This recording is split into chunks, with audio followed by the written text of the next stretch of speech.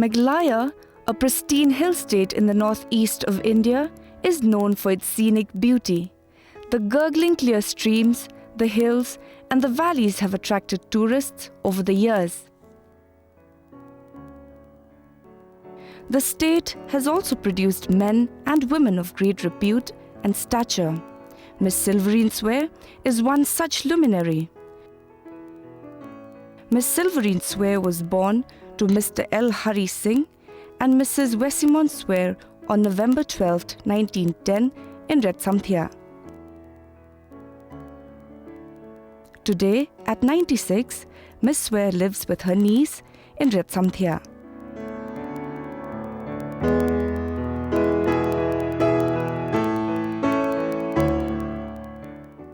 The Padma Shri awardee is known for her immense contribution to the Girl Guide movement, to education and to social work. I joined the West Mission Girls High School, nowadays called KJP Girls High School, when I was 5 years old. And then I stuck to that school till I passed the matric in 1926.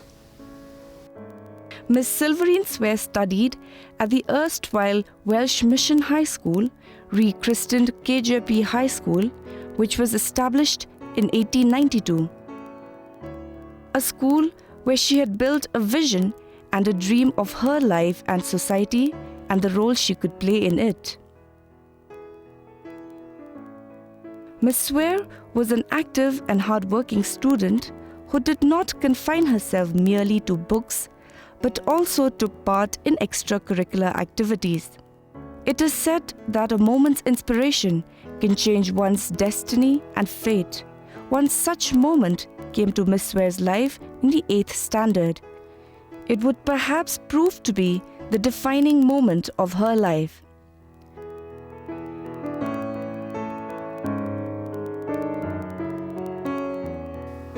When we were having a morning assembly in the school, the headmistress and the whole school was there. 3 very nice English ladies came to visit the school. They were so remarkably well dressed in uniform, and they looked very smart, very good looking.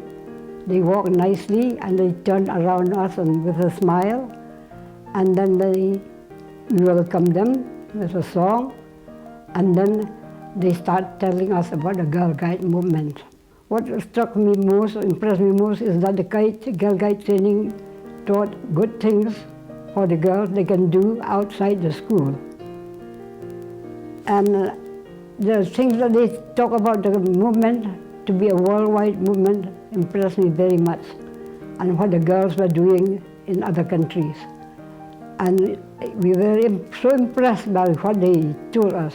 They told us about the promise, the laws, and the trainings, and the many things that the young girls, they can do even out of school, outside the school walls.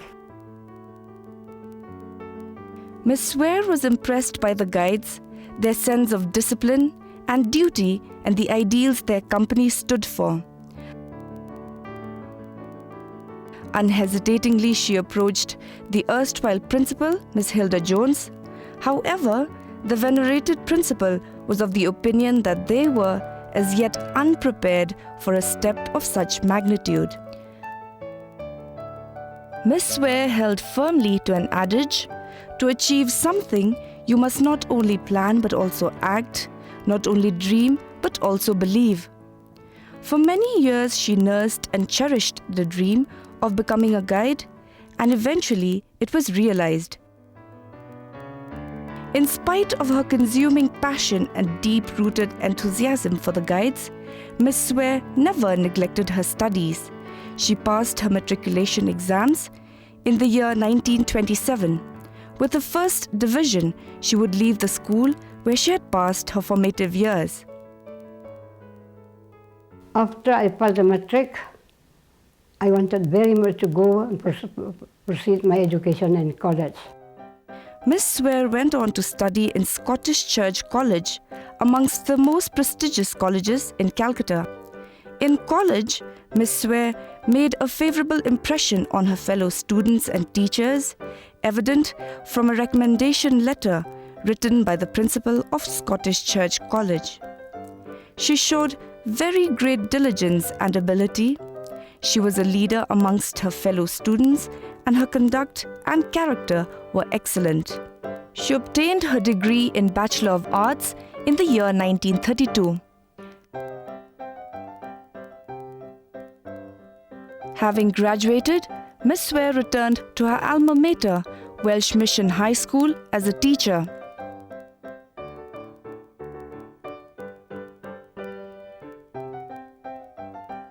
She was then deputed to Bachelor of Training at her former college, Scottish Church College. The course in those days included physical education, and perhaps it was this aspect that would help Miss Swer realize her dream of becoming a guide. Miss Swer passed her Bachelor's of Teaching in the year 1936. She rejoined Welsh Mission High School. While still a teacher at Welsh Mission High School, Miss Swer joined a physical training camp at Lady Keane College.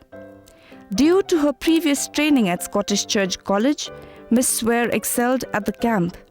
At the valedictory function held, Lady Reed, present in the audience, was enthralled by Miss Swer's performance. Miss Reed would prove to be instrumental in helping Miss Swer become a guide. It struck her that a company of Kasi girls who can look smart could be started in this government in Assam. And the next thing happened that my headmistress received a letter through the DPI, Deputy of Public Instruction, Director of Public Instruction, to spare me to take up girl guiding training. I was sent for training to different parts of training centers all over India, including hill stations like Uttakaman and Nainital, and not to speak of in Calcutta, Madras, Bombay, and so on, and South India also. Thereafter, Miss Swer passed an intensive course which formally qualified her as a trainer. After joining training, I was engaged as a full-time trainer for the guides, and started opening a company as the first Khasi guide company in the school myself, with the consent of the headmistress. We held periodical camping. We have a camping ground for the whole of the state in Shillong at a place called Umtangar. And then I started seriously to go to my task as a trainer, local and a local advisor. And of course I started the first one in Khasi Hills, and I went throughout all the big towns of Assam, like Guwahati, Jorhat, Naugong, Dibrugarh, and Digboy. Incidentally, I was also sent to places in Assam, in Bangladesh, and Mizoram, because at that time they were still with the Assam government. As the first Khasi local advisor cum trainer, Miss Swer travelled extensively to spread the guide movement to different parts of Assam. The movement she led was received with much enthusiasm. Rani Shulai, a Padma Shri awardee and former student of Miss Swer, talks about Miss Swer as a guide. In school, she enrolled me also as a guide. And in those days, when the enrollment takes place, really tears pour down your eyes when you repeated your promise and the laws of Scouts and Guides. She was a very good guide captain. Helen Nichols Roy, a prominent social figure of erstwhile Assam, also helped Miss Swer orchestrate this dynamic movement. She knew much more about guides than I did. And she was my mentor, you might say. And we had good times together at the camp at Umtungar and here at guide headquarters. She did a good job. She was very dependable and that sort of thing. She's an easy person to work with and very bright, of course. Very, very friendly, very open, very happy. Even today, the Bharat Scouts and Guides flourishes. Such was the foundation stone laid by Miss Siverene Swer. It has grown by leaps and bounds and boasts of close to 15,000 members.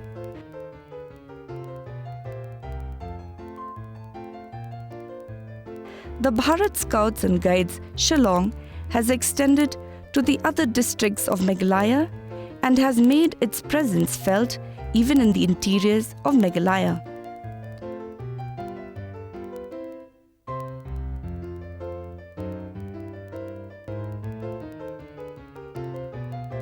Queenie Rinja, Padma Shri awardee and guide herself, gives an account of Miss Swer as a guide.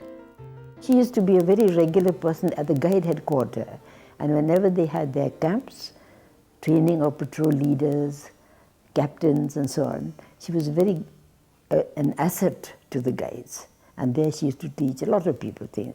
And these guides used to come not only from Shillong, from outside Shillong also. And they used to go back with very happy memories of Kongsil as a captain, teaching them a lot of things. Mr. L.K. Silo, State Commissioner Bharat Scout and Guides, Shillong, a Silver Elephant awardee, fondly remembers Miss Siverene Swer and her contribution to a movement which she guided from its infancy. I first met and saw Kongsil in the year 1940. She came to train the guide captains of Mizoram at Aizawl. And then this was the second Khasi lady I saw. 19 August 1972, and with their leadership we are to start the Meghalaya Bharat Scouts and Guides. And then after that, she is the one who always help us and encourage us to run the scouting here in Meghalaya. Whenever we had some problem, something to be discussed, some advice, so to say, we had to go to her and tell Kongsil, this is the matter, this is what are we to do, and she can always give us a very, very useful and fruitful advice.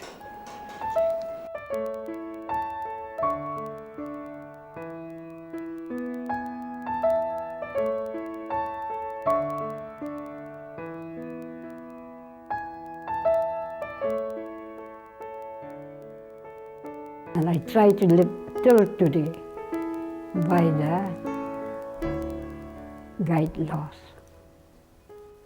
First, a guide's honor is to be trusted. A guide is loyal. A guide is a friend to all and sisters to every other guides. A guide is cautious. A guide is friend to animals and love nature. A guide is disciplined and help to protect public property. A guide is courageous. A guide is thrifty. A guide is pure in thought, words and deeds. And I still consider myself, although with my old age I cannot be as active as before, but I still try to carry on the spirit of girl guiding. And I still encourage everyone and all the schools and children to take up this movement for the students. Siverene Swer was then offered a job as Assistant Controller of Rationing. In the post-war time, the government decided to introduce food rationing for the first time. Miss Swer was the first Khasi lady to hold an executive post under government, a notable achievement. Well, I was on a holiday in a tea garden with my brother, who was a DFO in Assam. When one day I received a letter from the DC office, Khasi Hills.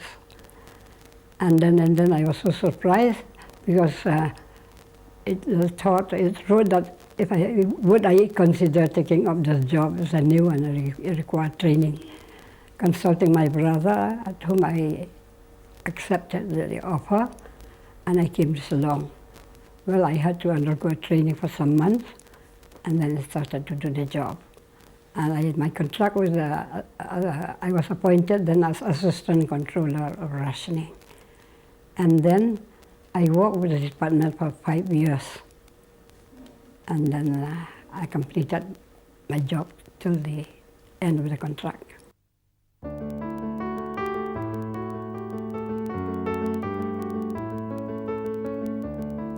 The great leader that she was, Miss Swer educated the people in the suburbs about the rationing system and ensured that the office was efficient and prompt in rendering the services to the people.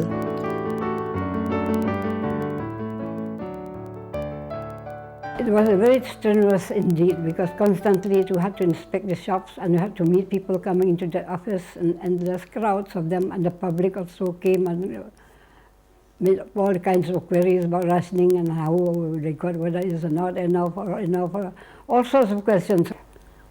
In 1947, I had to go to the hospital for nervous breakdown almost.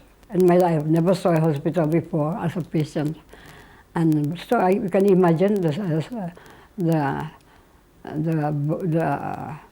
onus of a person who works as a controller for all these things.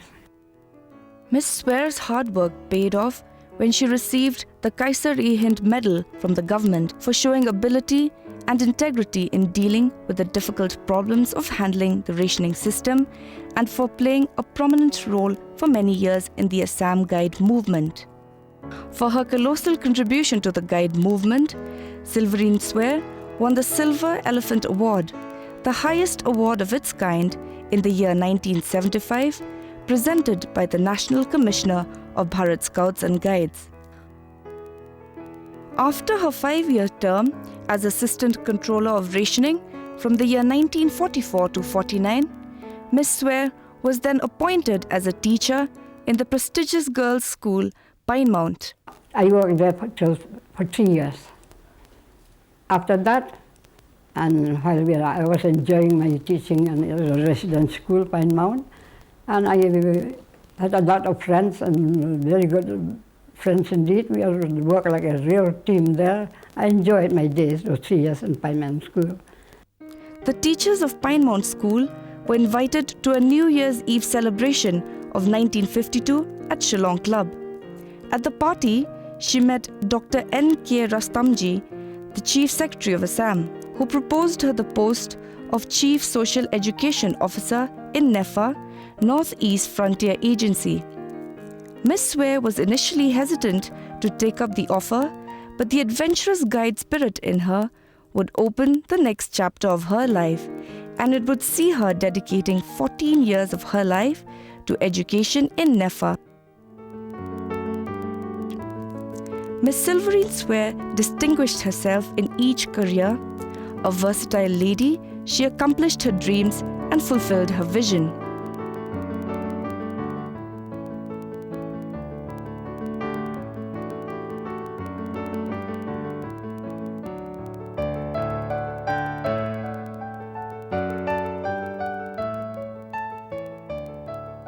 She's always been a person full of love for people, no malice towards anybody, ready to help those who are in need of our help, always with a smiling face. Well, she's very, very friendly and very, does a good job of leading people. She's a good leader. Now she will be I think this November she will 97 years old, but her mind is still so alert. Her posture is so correct, so straight.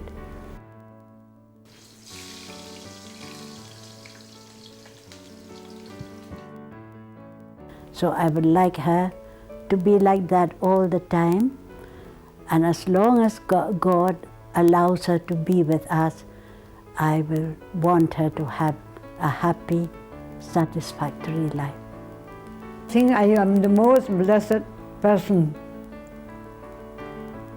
among my community because God has given me chances to contribute my might to all communities in my state and elsewhere too. So enthusiastic, that's the main adjective I would use.